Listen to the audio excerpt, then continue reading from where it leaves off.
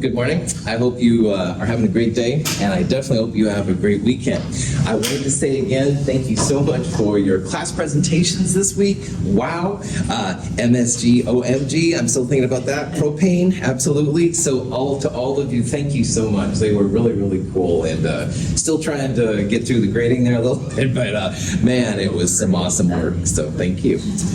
We left off, Monday for last problem set, last quiz, last lab. So keep your eyes on the prize, definitely. So problem set 6 will be up, which is over kinetics and nuclear chemistry. Quiz 6 will follow. We'll do kinetics 2 lab. Any questions, that kind of stuff? All right. We left off on Wednesday talking about balancing nuclear reactions. And in a balanced nuclear reaction, the reactants on both sides will have equal number, or the reactants and products will have equal number of protons, and the mass numbers on the reactant and product side will be the same overall too. So this is an example of a balanced nuclear reaction. Now the lower left corner for an atom symbol is the atomic number, and that's the number of protons. And the upper left corner of the atom symbol, that's the mass number, protons plus neutrons. And the goal here, and it's not too hard, is that you want to make sure the lower left numbers on the reactant side equal the lower left numbers on the product side. So here, 88 for radium equals 2 plus 86. That's balanced nuclear reaction for the protons. Now the upper left-hand number is protons plus neutrons, but if the lower left number is balanced, then the upper left number will just represent essentially the neutrons. So you can see here that 226 equals 4 plus 222, so this is a balanced nuclear reaction. We talked about on Wednesday how there's certain new particles we're talking about. This is an alpha particle. It's helium, but it's super high energy helium. This is not helium you'd want to give to people in an asteroid. Sorry, I had to make a comment to Jacob there. It's not helium you'd want to take from like a balloon. All right, this would be really dangerous to inhale alpha particles. So this is radium-226. It's decaying through an alpha particle into radon-222. And at the very end on Wednesday, we went through this example, but I want to do it one more time. Uranium-235 decomposes through beta decay to a new product. And we want to find what the new product is. And we can figure this out because all the reactant protons will equal all the product protons, and all of the reactant neutrons or mass numbers will equal all the product neutrons or mass numbers. But you do have to know what a beta particle is. And so what we did on Wednesday is we talked about it. A beta particle gets the symbol 0 minus 1e, or sometimes 0 minus 1 beta. And uranium-235, the 235 is the mass number. It goes to the top. And everybody with a periodic table can look at uranium right there. Uranium is number 92. That's the atomic number of protons. So the only thing here we don't have then is this unknown particle. Any questions how this was set up? Or cool. So how to solve this? 92 equals minus 1 plus z, and you can solve for z. Also 235 equals 0 plus a. And since that's 0, a is the same on both sides, 235. But the more interesting part there is the bottom part. 92 would equal minus 1 plus z, so you'd add 1 to both sides. Z is going to be 93. Excuse me. On the periodic table, you can find what the element symbol is. 93 is neptunium. So neptunium is the mystery product. So in this reaction, uranium-235 is undergoing beta decay to create a neptunium-235 atom. So it's kind of neat how people can figure out what's happening. All the things of thermodynamics still apply, still matter has to be conserved, energy, blah, blah, blah. Questions on that part? How does it decay into something that has more protons? I'm glad you asked. That's my These reactions, Lucas's question is quite appropriate here. Nuclear reactions are high energy compared to the things we've seen so far. Most of what chemistry 221, 222, and even 223 is about, electrons being transferred, all right? So redox and acids and bases and stuff, it's all basically about electrons transferring. But these energies, Lucas, are more than 1,000 times often greater than the electron ones. So what's really happening here is one of the neutrons in uranium-235 is breaking down. And it breaks down into a quote-unquote electron, we're going to call it a beta particle here because it's so high-powered, and a proton. So one of the reasons we have this weird nomenclature that I showed you on Wednesday for the electron is that notice here on the product side, 1 plus minus 1 equals 0, and 1 plus 0 equals 1. So this is the scientist's way that's showing that, yeah, neutrons can break down into these electrons and protons, basically. So you're right, it goes up in atomic number, which is really, really strange. That's the deep side of what's happening in these. And this is totally different from anything we saw in the previous chapters. So, very cool question. Other questions? All right. So here's a question you might see. This is a uranium-235. Uranium-235 has several ways that it breaks down. We just saw an example with beta decay. This is another example where it's breaking down into a thorium-231. And thorium-231 creates an additional product here. And the question is, what is the unknown particle?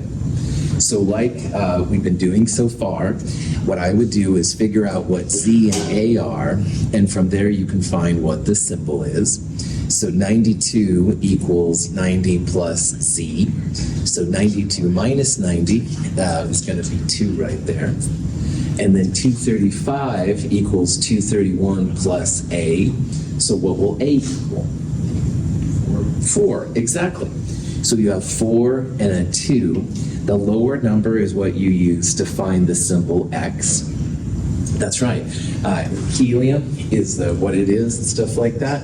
And the fancy name for helium is an alpha particle. So for writing it, you could write this with an HE or an alpha, that little lowercase symbol. This is an alpha particle. And so knowing what those symbols are can be really helpful in this section. Cool. Any questions on that? Sweet. These examples we just went through are examples of emission or decay, and they get used both in these kind of expressions. So the last one, an alpha particle, was a product. You could say that was an alpha decay or an alpha emission, and it's used a lot in, both of those terms are used a lot in this field. So anytime you see something emission, something decay, that means that something is going to be a product. This is an example of a positron being emitted. Now, a positron is an anti-electron. We'll talk about that more here in a little bit. But this is a product. It's a positron, so you could call this positron emission. But Donovan goes, I'm going to call it positron decay. No problem. All right, decay or emission, doesn't matter, used interchangeably. But again, notice lower left-hand numbers are equal on both sides, so 1 plus 83 is 84, 207 equals 0 plus 207. All these things should apply. Once in a while, you'll see a capture, all right? And a capture indicates that you have a reactant particle being captured. And probably the most common is what's called a neutron capture reaction. This is a fluorine-19. It's capturing a neutron, and it becomes fluorine-20. So notice here that capture just means it's a reactant, while decay and emission means it's a product. And you can have proton captures and positron captures. There's all different kinds of them. The decay and emission is probably more common, I would argue, but you now know the nomenclature. If you see decay or emission, it's a product, but a capture would be a reactant. Now, let's talk a little bit more about antimatter. All right, antimatter is such a wild thing.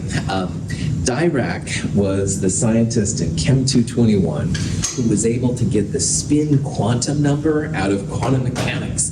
He was a math powerhouse and stuff, did lots of things. But anyway, he was the first one to predict the presence of antimatter. And it's still under 100 years that antimatter has been seen.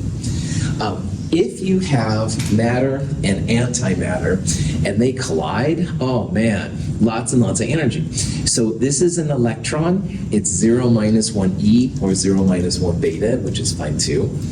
And this is a positron, an anti-electron. And if you look at just the numbers here, minus 1 plus 1 goes to 0, and 0 plus 0 goes to 0. There's nothing left. So what that means is all of the mass of the electron and the positron turned into energy. And we'll talk about that a little bit too. But for right now, to make my science fiction side of my world happy, annihilation reaction is a real thing. And it's when matter and antimatter come together and you get tons of energy. Now, believe it or not, this is used here in Portland at OHSU. They have PET scanners, positron emission tomography scanners, which is a way that they make these positrons and it used to detect things in the body. So antimatter can be a cool thing.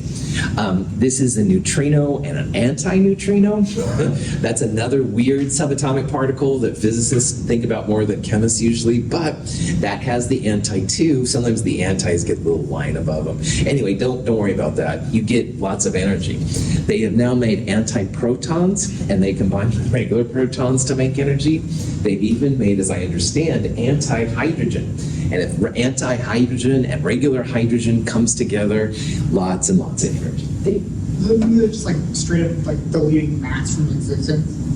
We'll talk about mass and energy coming up. Your question is also really good. Luca's question is still number one, but yours is number two, and we're going to talk about that. So hold on just a little bit longer. But in the meantime, or more specifically, one matter, the other antimatter. You know what you're saying? Matter and antimatter have a tendency to cancel each other out. Violently. Precisely. Under certain conditions. When two identical particles of matter and antimatter meet. Annihilation, Jim. Total, complete, absolute annihilation. Star Trek talked about antimatter a lot, so I had to throw that in. Sorry, you don't have to like Star Trek to do well in this class, but anyway, if you want to watch it, yeah. But we will come back to what David said. David had a good comment there, like what's happening? You know, all this matter. I mean, we made such a big deal of matter balancing. We'll come back to that in a little bit. Okay. Sometimes for elements, as they break down, you will see something called a decay scheme. This is usually for the heavier elements. Uranium is a great example of this. Uranium-238, which you can mine like in Nevada and places like that, is radioactive, but it's a lot slower of a process. So this is something that people have been able to map out. And notice how uranium-238 initially goes to thorium-234. Now again, if you look at the difference of numbers there, there's a difference of 4 in the top and 2 in the bottom, alpha particle. That's an alpha particle being emitted. And then the thorium goes through 2 subsequent sections where it ends up being uranium one more time. This goes back to what Lucas asked about. 2 neutrons are being changed over. You go through a proactinium and then to uranium. And so you can kind of figure out, like if you go to the right, it's a beta decay. If you go down, it's an alpha particle. But at the end, you almost always end up with some kind of lead isotope. And we're going to see how lead is like a symbol of relative, anyway, kind of stability, where they don't break down. Now, what's also important in this section, each one of these transformations has its own half-life, and none of these half-lives are like an hour, all right? They're like, yeah, it's totally legit to laugh. They're going to be lots and lots and lots of years. So it's a pretty crazy process, but when you're in the nuclear industry, this is something you want to think about. Questions? All right. Now, another thing that pops up in nuclear reactions is what's called a metastable nuclei. And sometimes atoms can absorb energy, but they don't break down into other elements right away. After a while, they relax by emitting that extra energy, and they go back to their normal state. You can tell if it's a metastable element because it gets a little M right there. And technetium, which is actually used a lot, is the most common form of this metastable nuclei, but there's mercury metastables and all kinds of other elements too. Metastable elements will just decompose into their normal version. So notice there's no M and a gamma ray, all right? Sometimes it's X-rays technically, but it's some kind of energy burst, and more often it's gamma rays by far. You can think about the metastable as having an unstable configuration of protons and neutrons. Since Chem 221, we've talked about how neutrons kind of get in between protons to keep those positives from repelling each other. So a metastable might have a whole bunch of protons together on one side of the nucleus and a whole bunch of neutrons on the other side. When the metastable is extinguished and you go back to the regular version, then you're back to the neutron-proton-neutron kind of splitting it up kind of configuration. But you do get then some energy out of it that can be useful if you're doing the right kind of thing. Medical imaging, again, is where a lot of this stuff is actually used. So this is another technique that's used. I know at OHSU, they have like these technetium generators that are placed in bodies, and as the technetium breaks down, they can figure out where this came from. It's a pretty cool kind of process. So there's good uses and bad uses of these things.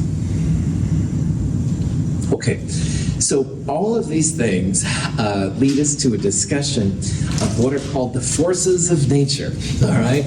And remembering that this is a physical science class where we're always worried about energy, it's nice to think about the things that keep atoms and molecules and planets even together, and the things that break them apart. So far in this class, we have definitely talked about gravity, all right? Because gravity is what keeps the liquids and solids on the ground pretty strong. Gravity is a very long-range force. So the Earth rotates around the sun rotates around our galaxy, stuff like that. That's a long-range force. But it is relatively weak, all right? Compared to the other forces we're going to talk about, gravity is longer range, but it's not as strong as the other forces we're going to talk about. There's what they call the weak nuclear force. And Donovan doesn't have to worry so much about that in this class because the weak nuclear force is mostly used for keeping neutrons together. And if you study the elementary particles, which are quarks and all that jazz, the weak nuclear force becomes really important. People feel that the beta decay that we'll talk about comes from the weak nuclear force. I'll take their word for it. Honestly, I don't know. So gravity, long range, important but weak. Weak nuclear is another force, but we don't worry about it so much in chemistry. But what we have worried about a lot in chemistry is the electromagnetic force. And electromagnetic force is a relatively long-range force. And of all the forces in chemistry, this has been the one we've talked about the most. It's the positives and negatives, the ionic forces coming together. Coulomb's law. I shook Donovan's hand so many times and stuff, showing the strengths of bonds. Those are strengths of the electromagnetic bonds, all right? People feel that know more about these than I do, that the electromagnetic force 10 to the 36 times more powerful than gravity. All right, so this is a much stronger force than anything. And you can argue it's the basis of chemistry, all right? Because positives and negatives, polarity, when you have somewhat positives, somewhat negatives, all of these things are around the electromagnetic spectrum. So chemistry is definitely heavily invested, if you will, in the EM force. But we have to talk about the fourth force a little bit in this chapter. There's a weak nuclear force, which we don't worry about in chemistry that much, but there is also what's called the strong nuclear force. Keeping positive protons in the same nucleus next to each other takes energy. All right, and you can put a neutron between them, but those aren't very big. And remember, the nucleus is super, super, super small. So people feel that the strong nuclear force is an even stronger force than the electromagnetic force. And why that's important to us is that all of our atoms, the nucleus of the atoms, has the strong nuclear force. And it keeps those protons happy next to each other. Positives and positives repel, but in a small volume, the strong nuclear force will overcome it. The problem with that is that this is a very short range force. 10 to the minus 15 meters, that's a femtometer. That's freaking small. You can put in your own F word if you want to, but it's really, really small, okay? And so when the nucleus starts getting bigger and bigger and bigger, the strong nuclear force begins to break down. It can't keep those protons apart anymore. So when the atoms get big enough, the strong nuclear force begins to break down. And the strong nuclear force is really the glue that holds those nuclei together. So now, let's think about the atom, all right? We've talked ad infinitum about how positive protons, negative electrons, the attraction that keeps them together, and that still holds. But in the nucleus itself, keeping those positive protons next to each other, it's more than just the neutrons. It's a lot to do with the strong nuclear force. And as long as you don't have too many protons in there, i.e. your nuclei is basically smaller than 10 to the minus 15 meters, strong nuclear does all right. But we're going to look at some examples now where the atoms are bigger, strong nuclear begins to break down. And even the neutrons keeping it together can't keep the atom from breaking apart. So the nucleus is held together by this strong nuclear force. The atoms are held together by electromagnetic force.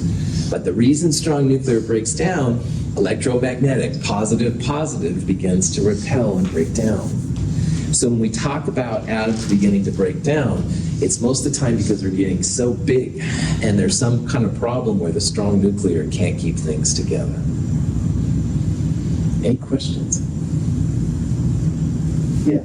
So what's the deal with technetium then if it's number 43? Why is it all the way in the middle? Right. Technetium has weird wave functions, and no one is, to my knowledge, totally knowledgeable about why that's happening. Technetium and promethium, number 61, are kind of the freaks of the periodic table. Let me rephrase that. Freaks means scientists haven't figured out what's going on yet. So this is a place where work is left to be done, David. If you figure it out, let's do it. I'll talk about the Chase theorem. Question. All right. So nuclei become unstable because the same thing that holds the electrons to the protons, the EM force, begins to break down in the nucleus. That strong nuclear force can no longer handle the things when the atoms get too big. Now, if you add neutrons, that creates what's called magnetic dilution. And that just means neutrons get between the protons, kind of separates them out. And the farther the protons get apart from each other, the less repulsion you have. So the more neutrons you have, sometimes then you can make things better. Now, somebody on Wednesday, and I'm sorry I don't remember who, noticed that a lot of the atoms up to calcium, basically the protons and neutrons are the same.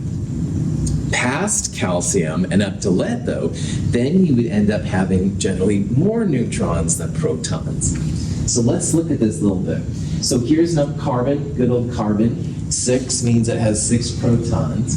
12.0107 is the sum of all the isotopes, but 12.0107 also means the most abundant isotope is carbon 12.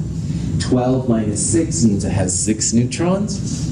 Most of the atoms up to calcium, the most stable isotope, protons and neutrons are the same. I mean, there are exceptions, all right? Like hydrogen 1 only has 1 proton and no neutron. Helium 3 is actually somewhat abundant, but helium 4 is the main one here. So 2 protons plus 2 neutrons would give you 4, et cetera, et cetera. But past calcium, all right, now you start getting to the place where you have to start this magnetic dilution. And what that means, more neutrons relative to protons. So chromium is one of my favorite elements. Chromium has 24 protons, 24 times 2, 48. You can tell by this number right here, probably the most abundant chromium, 52, all right? So that's not 24 neutrons, that's 28 neutrons. So you have more and more as you go up and stuff. And by the time you get down to lead, 82 protons, if it was the same number of neutrons, that would be 164. Lead has much more than that many neutrons. So you start to see more and more neutrons in the stable version of these isotopes once you get past calcium. Now, beyond lead, scientists will argue that all isotopes are unstable and radioactive. So let's talk about our wonderful periodic table here. Lead is arguably the last stable isotope. And notice that it's black. Black elements and blue for liquids and red for gases represent the stable versions. A lot of periodic tables will list bismuth, polonium, acetine, whatever as solids, and that may be. But really, arguably, they are all going to be unstable. Now, acetine and polonium have little parentheses around their molar masses. That shows definitely that they're unstable. They will break down. Bismuth, sometimes people have thought was stable, but more recent discoveries, apparently bismuth will break down as well. So really, this number right here should have a parentheses around it. The reason they are uncertain, those half-lives are so long. We're all back to kinetics here, man. Millions and millions of years go by, you're not going to have a lot of sample degradation. And only recent technology has shown that bismuth should be unstable. Same for uranium down here. Practin should never have been without a parentheses, in my opinion. Thorium, another example. So you're seeing here how, wow, lead is kind of the last stable element, all right, arguably. Past that, you may have quasi-stable elements, but if you're really going to look at the edge of spectroscopy, you're going to see that they're all going to break down. Any questions on that? So, this is actually a pretty cool graph, and I'll share with you why I think it's cool, besides it just being 1980s graphics version. But anyway, you'll see different versions of this graph on the web and in different places. Usually, though, what happens is on the x-axis, you'll have the number of protons, the atomic number Z. On the y-axis, you'll either have the number of neutrons, which is what we have here, or the mass number, which is fine too. But the important thing is, if the protons and neutrons are 1-to-1, then the slope of the line should be 1 as well. And this black line here would represent that. So notice here that up to about calcium, which would be 20, right up there, more or less, that makes sense. It's right along that line. But after calcium, you can see how this begins to drift upwards.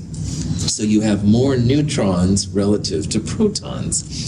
So it begins to drift up and up and up and up and up like that. Now, in addition, graphs like this will usually have in the middle little black dots, which show the more stable isotopes, the ones that people think will stick around. And surrounding it will be these red unstable isotopes, arguably radioactive. So people with a lot of creativity thought, the black lines are kind of like a peninsula. And a peninsula, like on a lake, is land that juts out into the lake and the water kind of surrounds it. So people call this the peninsula of stability in a sea of instability, the red lines around it. And this really shows the stable isotopes in chemistry. You need to be, at least for right now, as we'll talk about, on the sea of stability if you're going to have your elements stick around for a while. All of these red ones are unstable ones, and you can imagine that it goes both directions with more red if you could find them. So if you hear about the sea of stability, that refers to the stable elements, as known, the stable isotopes. And surrounding all the stable ones is an incredible sea of instability, atoms which are unstable. Questions? But knowing that I love science fiction, as I've already shared with you today, Glenn Seaborg is one of the powerhouses of science. We'll talk about him more later. And Ken Moody was one of his graduate students who, at the last time I looked, was still a researcher as well. These people know a lot about the island of peninsula of stability and the sea of instability. They have predicted, based on mathematical models, there are going to be islands of stability past the peninsula of instability. So use your creativity here. You sail off into the sea of instability. Eventually, there will be these islands of stability where you could have elements with like 264 protons or something like that. And Star Trek Voyager actually had an episode where they found that, and I was like, oh, the sea islands of stability. But anyway, propvet.com. This is something that's been predicted, all right, and it's pretty cool. And there was a PBS show about it. You can check it out. One thing that I have seen as an educator is that they keep discovering more and more elements. And the heavier elements for a while had really, really short half-lives, but now some of the elements are getting longer half-lives. So maybe we're getting close to the island of stability where there will be elements with like 200 protons or something like that. Hard to say, but it's a theory, and I wanted to share it with you. So chemistry is not a done science, right? I still have things left to discover. Woo-hoo. Any questions? So when people think about stability, all right, they first of all need to think about neutrons to protons, where that falls, and then they can begin to predict how things will decay. Now, if you have a lot of neutrons, usually beta decay is what happens, which is what Lucas asked about. That's when the neutrons break down into a proton and an electron. On the other hand, if you don't have a lot of neutrons, which is usually the lighter elements, then you end up having what's called positron emission. So the anti-electron will get kicked out. And then if you get to the super, super heavy elements, often they will undergo alpha decay. And the goal of this class and you learning this material is not to figure out like which one you would use for a particular isotope, but people are thinking about it. Like if you're given any specific isotope, you could make a prediction as to which one of these decay methods it would follow. Yeah. So if you look at a heavier radioactive element, the heavier it is, does that mean that theoretically the better like nuclear fuel it would maybe be? Good call. So there's a couple of things to think about in your question, which was really good. Heavier ones definitely are really good for fission, which are kind of apart, and we'll talk about that in a little bit. But if your fission needs like beta decay or alpha decay, then you're probably in good shape. It depends on the type of thing you need. And if you needed just an alpha decay for your fuel, all right, you definitely want a heavier one, and you probably want to have more neutrons in it. So these are the things that you can think about if you wanted to start your own nuclear reactor. And be careful of wearing your lead underwear, however. These are the things you can think about when you're doing it. Yeah, good. Cool question. Okay, so beta decay usually happens when you have a high neutron to proton ratio. High ratio is relative at this point, so don't worry about that, but this would be an example. Uranium-235 goes down to neptunium-235. That would be an example of a high neutron to proton ratio, i.e. 92 times 2 is certainly less than 235. But again, there's a little bit more to it than that, but that's just an example. If you have a low neutron to proton ratio, that's when you end up getting positrons off. Now, nitrogen-13 is something that actually is around a little bit. It will decay apparently into positrons and carbon-13. Pretty crazy. Again, this is when positrons, you end up then making something with smaller atomic numbers, but same idea. But generally, most of the bigger ones and stuff, they will undergo alpha decay. It would be hard at this level to know, like, if this species undergoes alpha decay or if it's a beta emission. So for right now, I will tell you these kind of things, but this is the stuff that scientists work on, and that's why you need to know it if you're going to make a reactor, what kind of fuel you want and stuff. So. Cool. So, all the elements that we've talked about pretty much in chemistry are pretty stable. But we're on the edges here, all right? We're on the edges not only of high elements, but even some of the lower ones will undergo decay as well. And that's what's kind of interesting about this section. Questions on anything? All right. Now, David asked a really important question, and this is going to become really, really important. We need to talk about nuclear stability a little bit more, like what makes an atom stable and what makes it not stable. So if you're going to overcome this, you have to remember that those protons in the nucleus are always going to be at each other's throats. So strong nuclear force keeps them in check mostly. Weak a little bit, but it's more strong. And electromagnetic, which is the positive negatives that make most of chemistry possible, electromagnetic is what makes those protons fight each other. This electromagnetic keeps atoms together, and it keeps atoms from coming together. It keeps the protons from being happy when the atoms get too big. So scientists have created this way to figure out how stable atoms are. And there's something called the nuclear binding energy, E sub B. And from that, you can figure out how much energy you're going to have from a different isotope. Now, binding energy has a weird definition. It's the negative of the energy change if the nucleus is formed from the separate protons and neutrons. And I know that's probably as clear as mud. So what I'm going to do on the next slide is we're going to go through an example of how you can find the binding energy for an isotope and what it means in terms of these different pieces. And along the way, I'm going to come back to what David asked about earlier about energy and mass. Okay. So let's do a binding energy calculation for deuterium. Now, hydrogen is a single proton. Most hydrogen doesn't have any neutrons, so 1,1H. Deuterium is also known as heavy hydrogen. Heavy hydrogen has one neutron in it. So you can see 1 plus 1 is 2, 1 plus 0 is 1. Heavy hydrogen, or hydrogen 2, is actually somewhat common. There's also tritium, which is hydrogen 3, but we're going to talk in this one about hydrogen 2. So let's find the binding energy. Now, binding energy, you have the atom you're looking at, which in our case is deuterium, and you use protons and neutrons to make it. So in this case, hydrogen 2 needed 1 proton and 1 neutron. If this would have been helium-4, we would have had 2 protons and 2 neutrons, all right?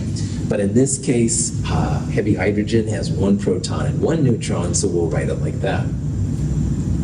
Now, one thing that's really interesting is if you look back in Chem 221 notes, the mass of a single proton in AMU, or grams per mole, 1.007-ish grams per mole, or AMUs, and a neutron was 1.008. And if you compare that to the mass of the deuterium, the masses aren't equal. So if you look up deuterium using Google or whatever, it's 2.01410. And these two together, 2.016475. So the mass that goes in is not equal to the mass that comes out. There's a mass loss. Mass is not conserved.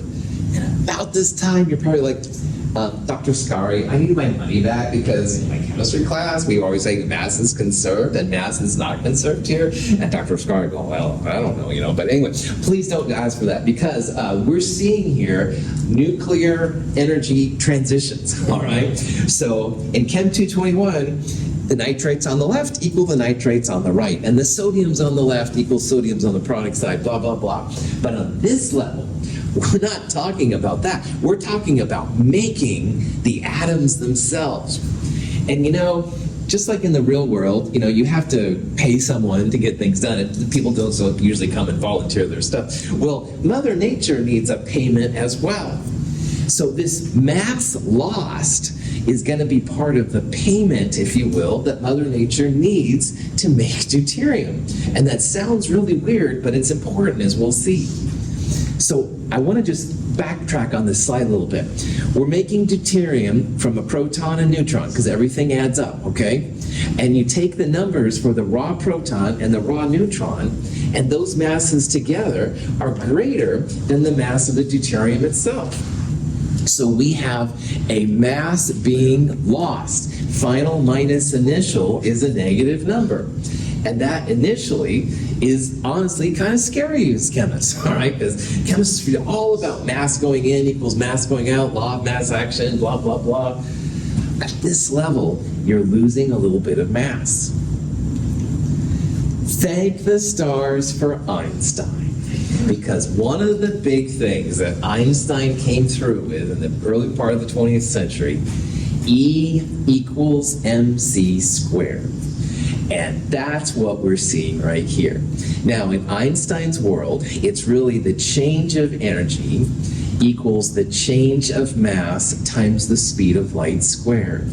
Now, in Chem 221, we talked about the speed of light. Please use 2.998 times 10 to the 8th meters per second. Don't use less than 4 sig figs. Don't use miles per hour, anything like that. Use the meter per second version, all right? When you want to convert the mass lost into energy, you have to turn the grams per mole, which is what that little number was on the last slide, into kilograms per mole. A kilogram meters squared per second squared is what a joule is. So if you take that previous delta M, which is in grams per mole, and turn it into the even smaller kilograms per mole, then multiply it by the speed of light squared, 2.998 times 10 to the 8 meters per second, you get this number right here, minus 2.15 times 10 to the 11th joules per mole. Now, let's stop here for a second. 10 to the 11th joules per mole. Is that bigger or smaller than hydrochloric acid and sodium hydroxide, or sodium and water? Is that bigger or smaller? Smaller if you think about it from a negative, it's more negative. All right, I will totally buy that. Yeah. Yeah, that's totally legit, Jacob. You bet. This is a massively exothermic number, all right? Like if you've seen sodium in water, that's pretty dramatic. You've seen hydrochloric acid, sodium hydroxide, that's pretty strong. Those are like 10 to the 4th joules per mole, 10 to the 11th joules per mole. So when you make deuterium, you don't just get a little energy, you don't get a lot of energy, you get a freaking large amount of energy out. These are the processes used in astronomy when the sun is burning and stuff like that, or when the Big Bang happened. You get just incredible amounts of energy out. This is way beyond all of the energies that we've seen in this class so far. It's a massive number, but why that's important? This is why Mother Nature makes deuterium, all right? You get energy out.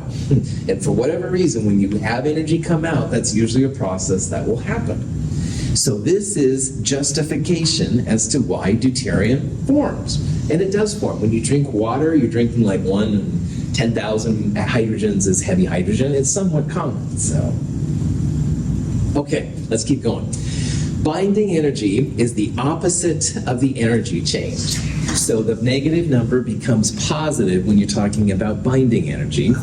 And if you turn joules to kilojoules by dividing by 1,000, you get 2.15 times 10 to the 8th kilojoules per mole. And again, this is just justifying why deuterium happens. It's incredibly exothermic, all right? You get a bunch of energy out when this happens. So making an atom from a proton and a neutron should happen, all right? This is a process that really wants to go. Is this fusion? This is even below fusion. We're making the elements that fusion will use, okay? Yeah. And when the Big Bang happened, this was one of the reasons there was so much energy created, because as all those raw pieces first went to protons and neutrons, which is exothermic as well, by the way, then they went to things like deuterium and hydrogen and helium. Oh man, just sound effects not necessary.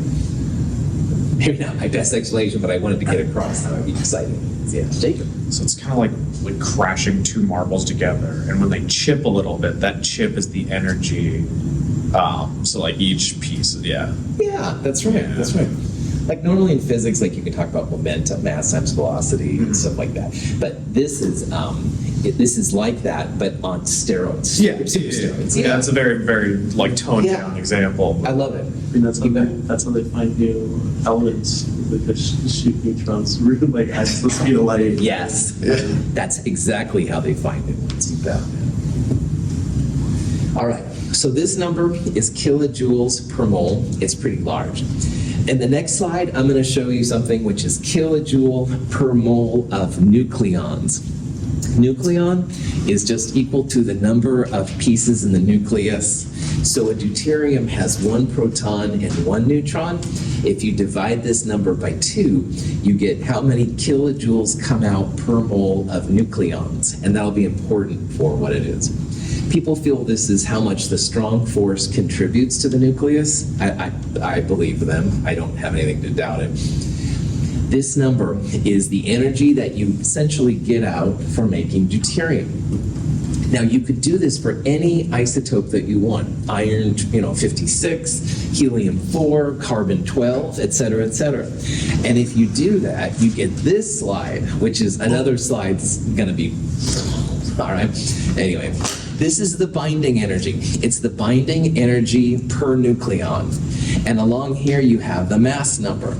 So down here, this is hydrogen 2, all right? It had 1.08 or something like that. That's the binding energy for deuterium, and you do get a lot of energy out. But notice this graph, all right? Lithium 7 is higher. Here's boron 10, oxygen 18. The maximum binding energy is iron 56. After you get past iron 56, here's krypton, uranium, tungsten would be in there somewhere. As you get past those, the curve starts to go down. Now, notice these terms. David mentioned this earlier. Fusion and fission. We'll talk about those here coming up. But things to the left of iron 56 will undergo fusion. Things to the right of iron 56 will undergo fission. But for right now, I want to focus here on how iron 56, top part of the graph. Now, iron 56 being at the top part has incredible implications for us as human beings. And remembering that I like science fiction, this is the stuff I can't help but think about. Because iron 56 is at the top, that means thermodynamically, that's the maximum amount of energy you're ever going to give out. So the other day, I think I was battling something about DNA. It's all going to go to carbon dioxide and water. Woohoo! Well, all that carbon and all that oxygen and all that hydrogen will one day, in theory, go to iron. All right? But man, once you get to iron 56, you're not going to get energy out any other way. That's the absolute maximum part of thermodynamics. If you turn things into iron 56, that's it. You might be able to transfer electrons or something like that, but the atoms themselves will stay there. So that's really interesting, all right? Because once you get to iron 56, that's the most stable isotope. So not for your children's, but way beyond, assuming humanity survives, and fingers crossed. Anyway, assuming all that happens, wow, we're all going to be like iron-based things. We'll have to figure out some new techniques to get energy out of things, which is pretty cool. I don't know, a couple billion years sounds a bit too long for a single species to stick around. I want you to discuss these things over coffee or whatever drink you happen to choose from and stuff. These are fascinating conversations. But putting my prof hat back on, yeah, iron 56, kind of a maximum. So less than 56, elements will undergo fusion to become more like iron. If you have iron elements past iron, uranium, neptunium, they're going to usually undergo fission to become more like iron. But along the way, kinetics is still important, all right? Yeah, energy of activation has to be overcome for any element to change into another element, and it's not an easy process. So half-lives, rate of decay, all that stuff is still going to happen. One last thing before we leave here. It says here, which of the following nuclei has the highest binding energy per nucleon? And if you have Google, you can absolutely look all these values up. But if you don't have Google, you want to pick the element which is closest to iron. And lithium is pretty small, helium's pretty small, thorium's pretty big. Nickel is the closest element there to iron. So you would guess nickel, all right? If you have access to Google, you can actually look up the binding energies. Nickel is 8.69 mega electron volts, which is a way to convert joules when you have really large numbers. I would have figured it'd just be easy to look at the 59 and just really close to. Yeah, that actually works really well, Lucas. Well done. Dude, you're on fire today, man. You're making cool comments. David, you too, man. Anyway, it's cool to have you here. Yes. All right, questions?